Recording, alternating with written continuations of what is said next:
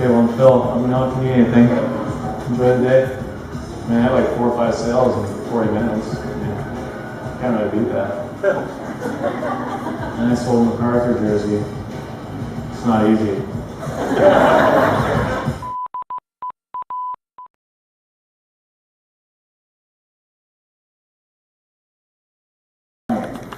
It gave us access to malls that we were not in. It gave us direct access to that, I'll call it, especially the 14 to 35 crowd, although 80% of Sport Chek's customers are probably 14 to 45. And gives us the ability to do things in FGL Sports, which is still a little bit off the grid from the big monster that is Canadian Tire Corporation, to try things and incubate and innovate. And where we succeed, take the best of what we've succeeded in and bring it across the entire business, be it Canadian Tire or Marks or any of our future acquisitions. And inevitably, the notion of what we're doing changes the business model. We have our board retreat later this week, and we've been working on the IT digital technology presentation for the board to talk about 2013. And for 2 or 3 years, we've been saying to our board, there's this big change kind of happening, but it's always been a little bit, we're going to have to deal with it, we're going to have to deal with it. And this year, we're pretty much saying to the board, the water's up to here, and it's moving faster than we ever thought. And frankly, the speed of advancement of technology is changing the speed of change in which consumers look for products and shop. And all of the existing business models, frankly, for most retailers, are almost obsolete. The idea of having 500 people in an IT team that are going to build out monstrous platforms for you for millions of dollars and then roll them out in a couple of years from now, which you depreciate over 5 years, is a dead notion. It just really is.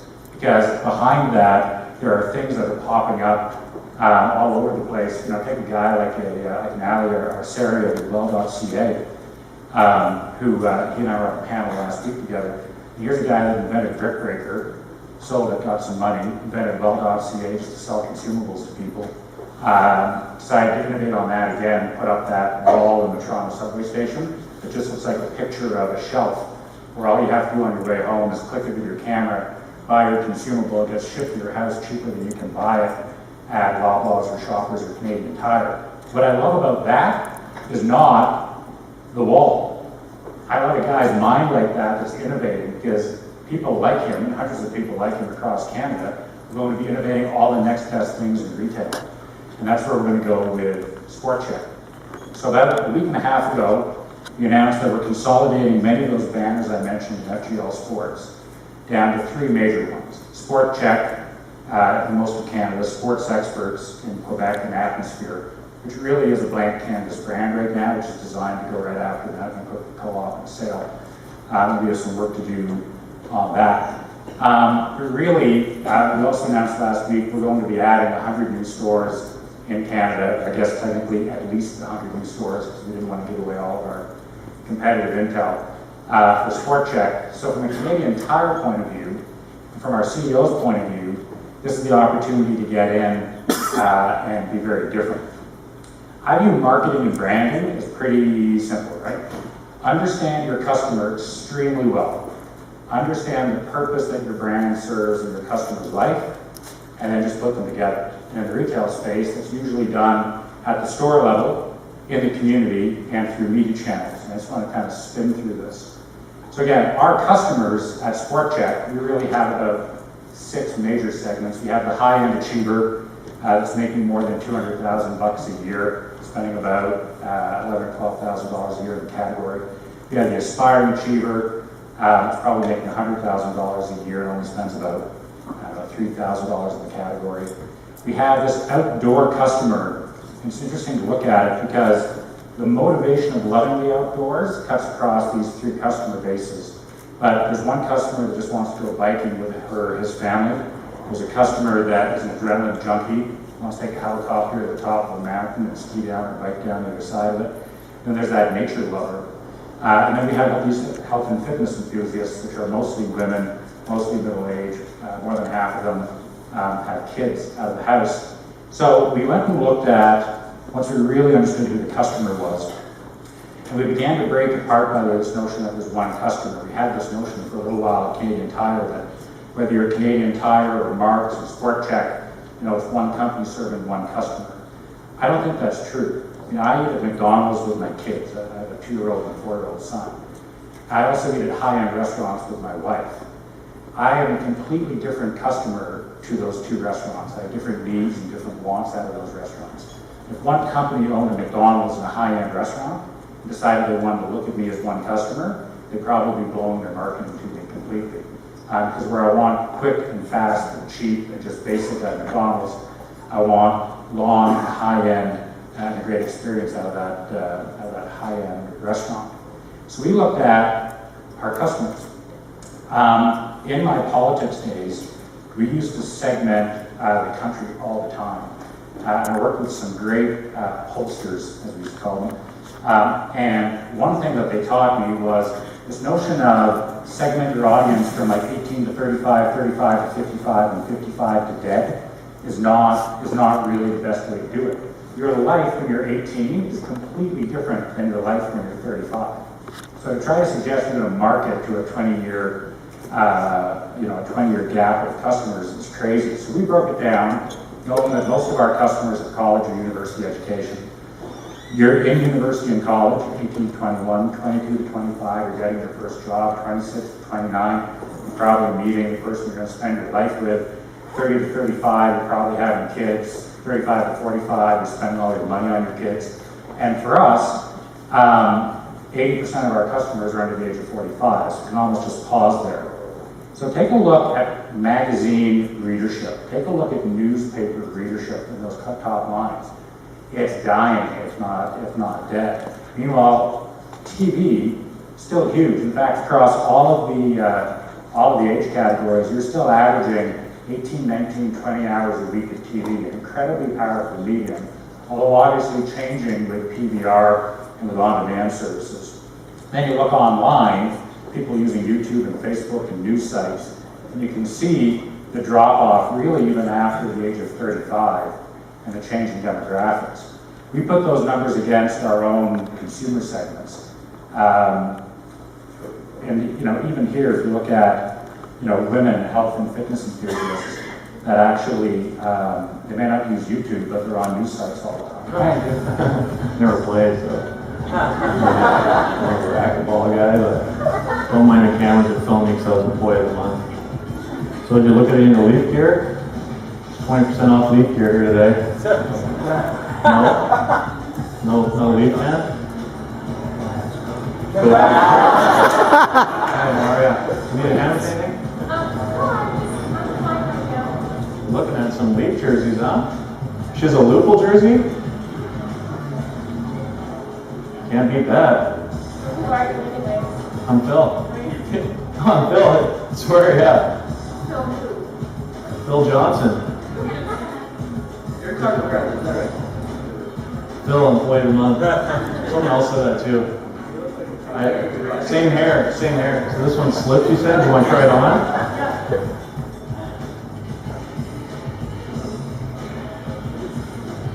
You gotta see how you can move it. Let's,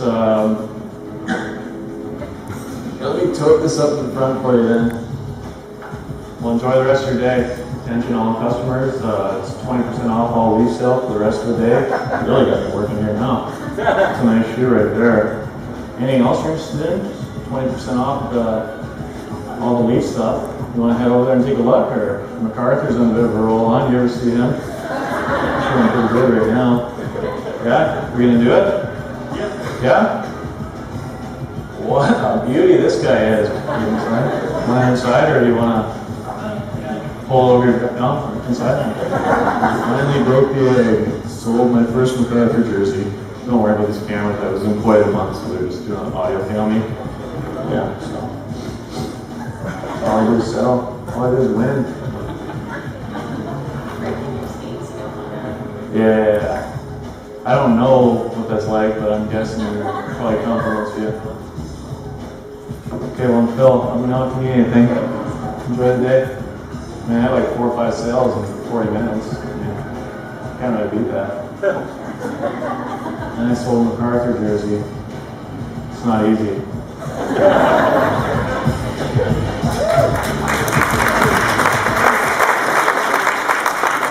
So when we put our Sidney Crosby ad from last year just online, it got 50,000 hits. It's got 70,000 hits in about 3 weeks.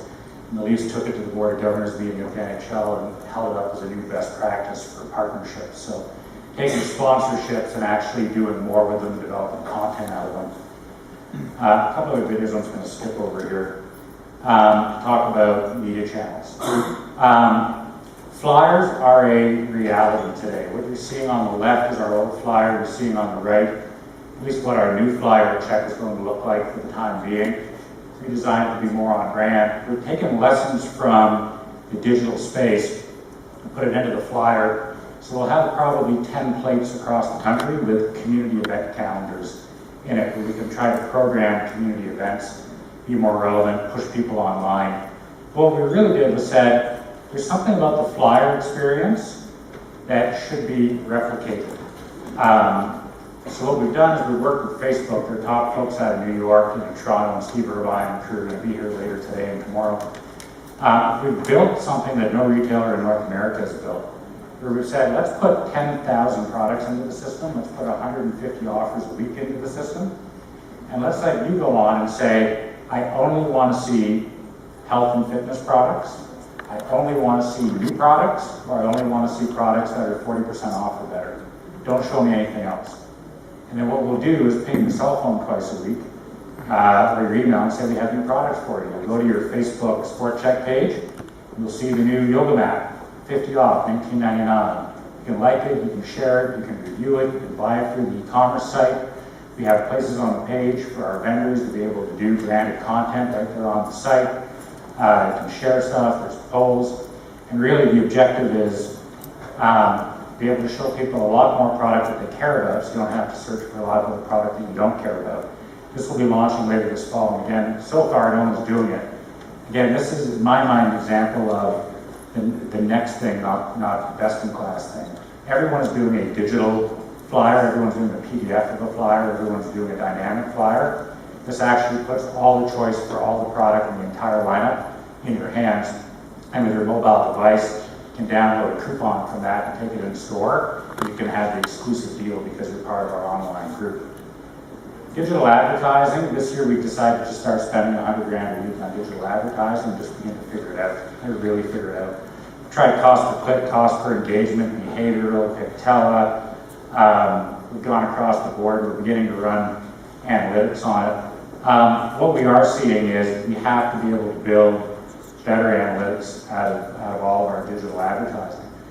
It's great to get reports out of this stuff that says, here's how many click-throughs you have, and here's how many views you have, here's how many impressions you have. I don't care, how much money did I make off it? We have to be able to make money off of digital advertising, unless it's a brand piece, in which case there's other ways to measure the equity of your brand. So the only way we're ever going to get money out of print and out of the flyer is to be able to hold up real measurement against, kind of older school things. So, we've got to hire some money balls.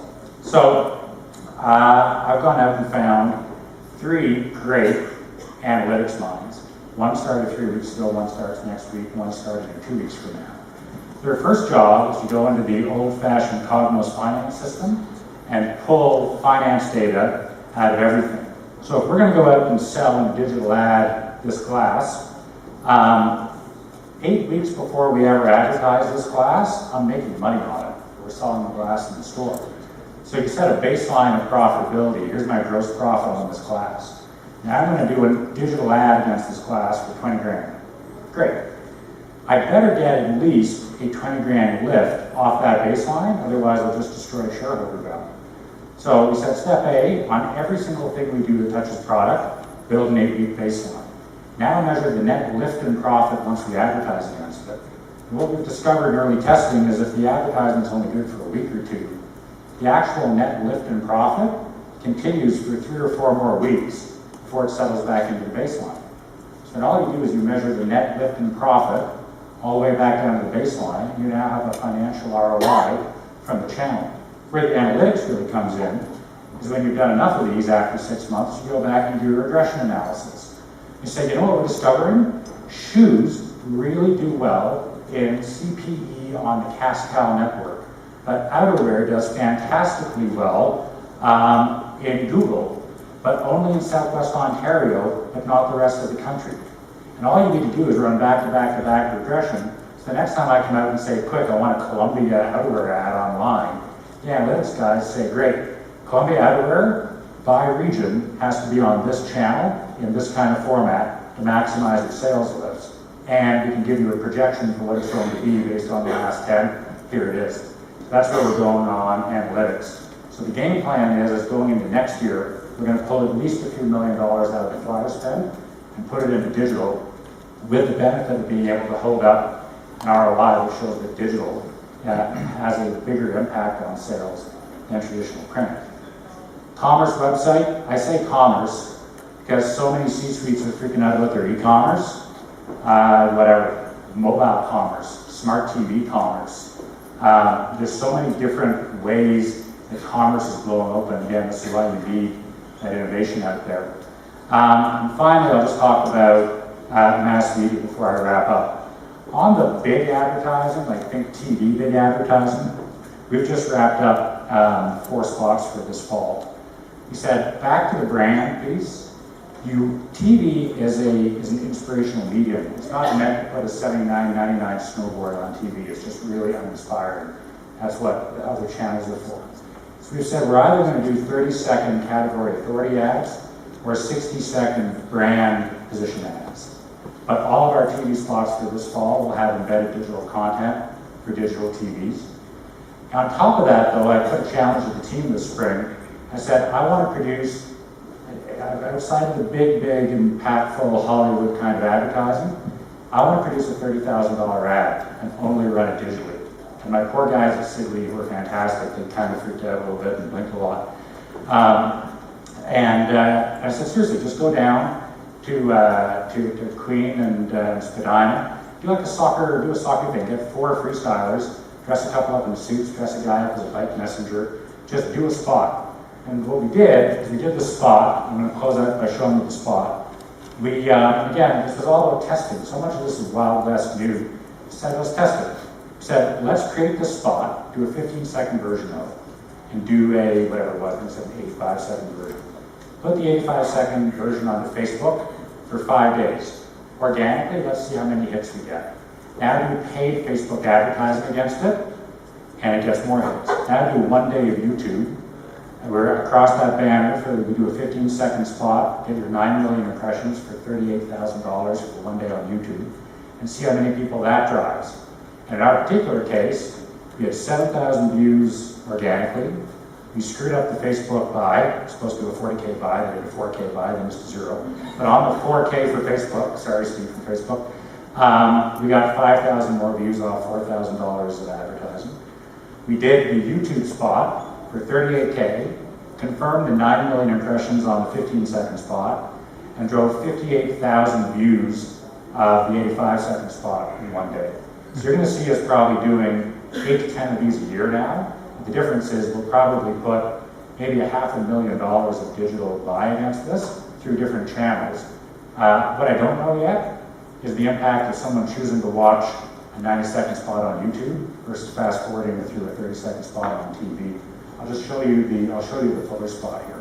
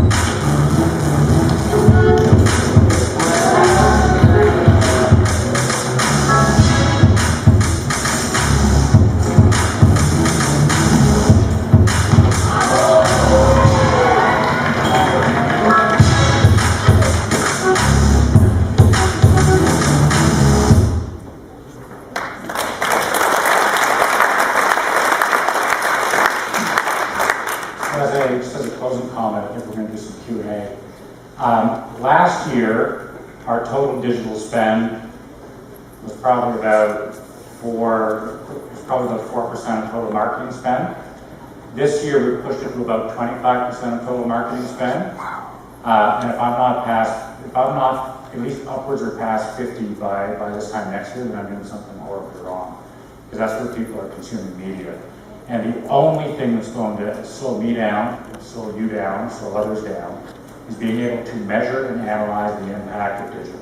Because we don't get a free pass just because it's hard to measure right now.